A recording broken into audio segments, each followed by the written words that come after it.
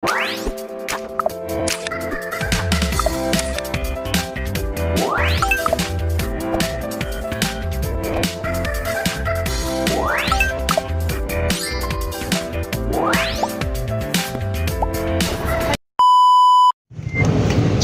what's up mga uncle? For today's video, tara samahan nyo ako. Pasyalan natin yung SG Farm doon sa Tupi, South Cotabato. At syempre, ito yung bubungad sa inyo, ang parking nila. Di mo alam, pag unang pasok mo dito, hindi mo alam na may nakatago palang Malaparaiso sa loob. Dito makikita mo puro sasakyan, parking. Ibig sabihin maraming dumadayo, maraming bumibisita dito sa farm na to. Dito pa lang may nag-a-assist na sa inyo kung saan kayo makapark. So sa dulo, doon yung park ng mga motor. Okay, so siya nga pala, kung bago pa kayo sa ating YouTube channel, please don't forget to subscribe and pakipindot na rin ng notification bell para updated kayo once may bago akong video. Yo, let's go. Okay, so tara, tuloy-tuloy tayo. So ito yung may mga vendors dito sa gilid, tapos ito yung park ng motor. At ano pa lang, may sasalubong na agad sa inyo, i-assist kayo kung saan kayo pwede na mag-park. So ayan, nakapasok na dito sa loob. Nandito na. Ayan, may mga delicacy sila, may mga mabibili kayo dito. Ayan, maraming mga benta sila na ayan, kung gusto mo, ayan, suotin mo yan tapos magpa-picture ka. Ayan, pwede yan. Magbabayad ka lang sa kanila, parang i-rent mo. Ayan, kung gusto mo parang ma-feel mo talaga ang pagpasok dito sa SG Farm. Ayan, so yan, mga hilig sa plantito, diba? Farm talaga kasi may kabayo dyan, diba? So yan, parang may halata nyo naman na ang ano niya talaga is parang farm nga, diba? Yan, pagpasok mo dito nung bandang to, yan, pagaganda dyan. So sa mga mahilig sa nature, sa farm, pasyalan nyo to. Isa sa magandang tanawin na dito sa South Cotabato. Yan, kita nyo naman, napakadaming taong gustong mamasyal. Kasi iba siya, hindi doon katulad ng sa syudad na maraming pollution. Dito kakaiba naman ang makikita mo. Yan, so napakaganda. Iikutin lang natin tong area na to. Yan,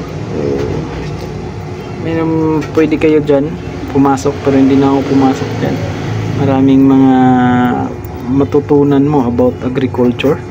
Nagtuturo sila. So yung mga venue na yan, pwede dyan ano kayo ng kasal, pero may mga event, may event place sila dyan na pwede nyo aarkilahin. Okay, so pwede nyo rin kahit pumasyal lang kayo dito, pwede. And may papakita ako sa inyo mamaya.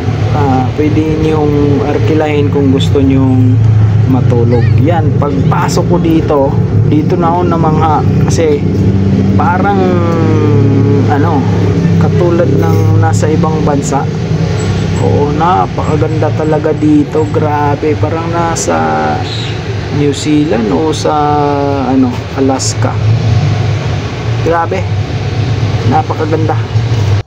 Yung kulay pula na yan parang style siya ng bodega sa ibang bansa. Gusto ko sanang pumasok para kung anong nasa loob, pero parang bawal pumasok walang na pumapasok doon, tapos nakalock. So hanggang sa labas lang talaga tayo. And yan, enjoyin mo lang yung view dito, tapos pwede kayong mag picture siyempre, video dito na yan, basta napaka-relax ng lugar, and talagang mamamangha ka sa personal dito na pag andito ka. Tapos iwan ko kasi nung dumating kami dito medyo hapon na, pero ang lamig, magandang hangin, hindi siya mainit, napakaaliwalas. And meron din dito, ayan, pwede kayong yung palang cart, ayan, parang mag pasyal kayo, aarkilahin mo lang yan, mag bike na kayo, iikot kayo dyan, magka-cart kayo. And then sa side na to, yan, marami ditong mga pasalubong center, and pwede rin kayo makabili ng mga pagkain. Marami silang binibinta dito sa loob. Yan, napakaganda din ng ano dito, mga tindahan. Talagang pinaghandaan nila at pinaganda talaga nila yung lugar na to. Yan, kung papasok ka dyan, ang daming mga magagandang ilaw. Yan, talagang matutuwa ka pag kahit saan ang pasok mo. Napakagandang pasyalan talaga. Ayan, parang kakaiba yung ginawa nila. Yan. At wow! Siyempre, hindi pwedeng hindi tayo mag video. Pakita yung mukha nating guwapo. Yun. So, paikot natin yan para makita nyo yung view. Yan. So, papasyal ko kayo yung dito. Maraming mga bulaklak na napakagandang tingnan, talagang mamangha ka. Yan. Sa video na to, hindi mo masyadong ma-appreciate, pero promise pag nakita mo to sa personal, grabe, ang ganda ng SG Farm. Okay, so kung sakali man mapasyal kayo bandang sa Cotabato, yan, Marbel, or papuntang kahit sa Sarangani or sa Jinsan, malapit-lapit na to. So ayan, nakita nyo yon, yung duyan na yan, napakaganda dyan. Mamaya itatry ko kung anong mararamdaman mo kung iduyan, kasi pang yan dun sa bandang kaya gusto kong itry yun. Maya na, kasi may mga babae dun na takot ako sa babae, di ako pwedeng lumapit dun parang malulusaw ako pag makita ko ng mga babae.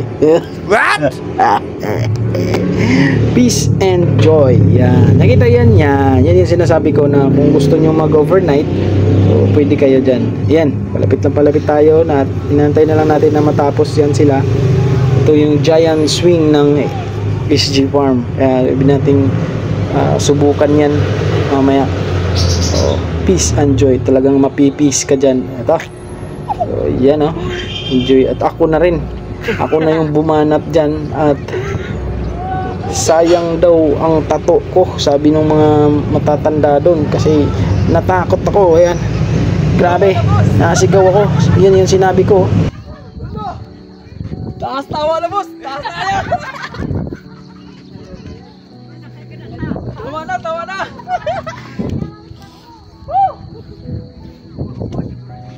Uy! Yun. Tawa na.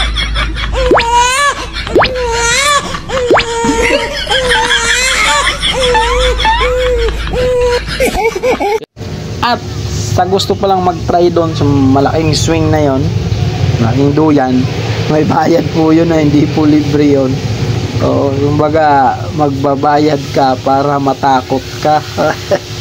Hindi mo lang makita yan, pero pang yun yung nun. Tapos pag iswing ka ng malakas, talagang nandun ka sa taas, as nakakatakot ba bumaliktad. Pero parang safe naman kasi may belt dun sa sa baywang mo.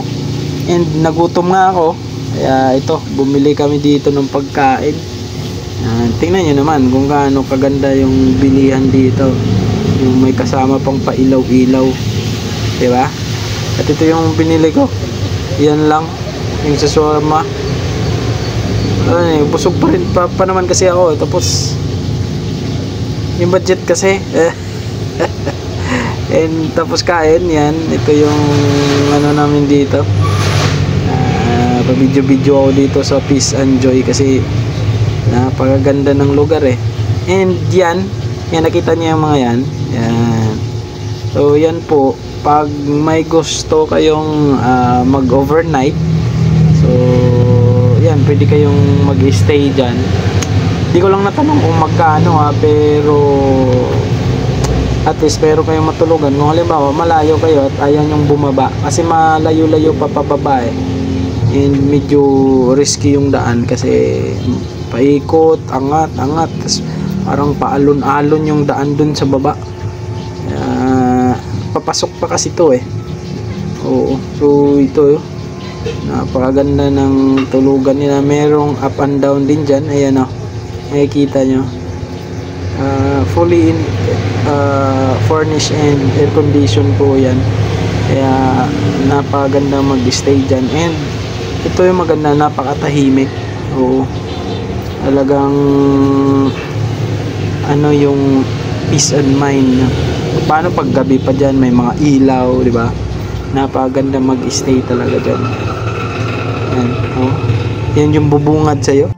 Okay mga uncle, mga auntie, mga pamangkin. So hanggang dito na lang ang ating video. So nasa labas na tayo. And ayan, i-assist na tayo ni Kuya para lumabas. And pauwi na po kami. And maraming salamat sa inyong panunood. And sa mga bago pa sa ating YouTube channel, please don't forget to subscribe and pakipindot na rin yung notification bell para updated kayo once may bago akong video. Thank you. Thanks for watching.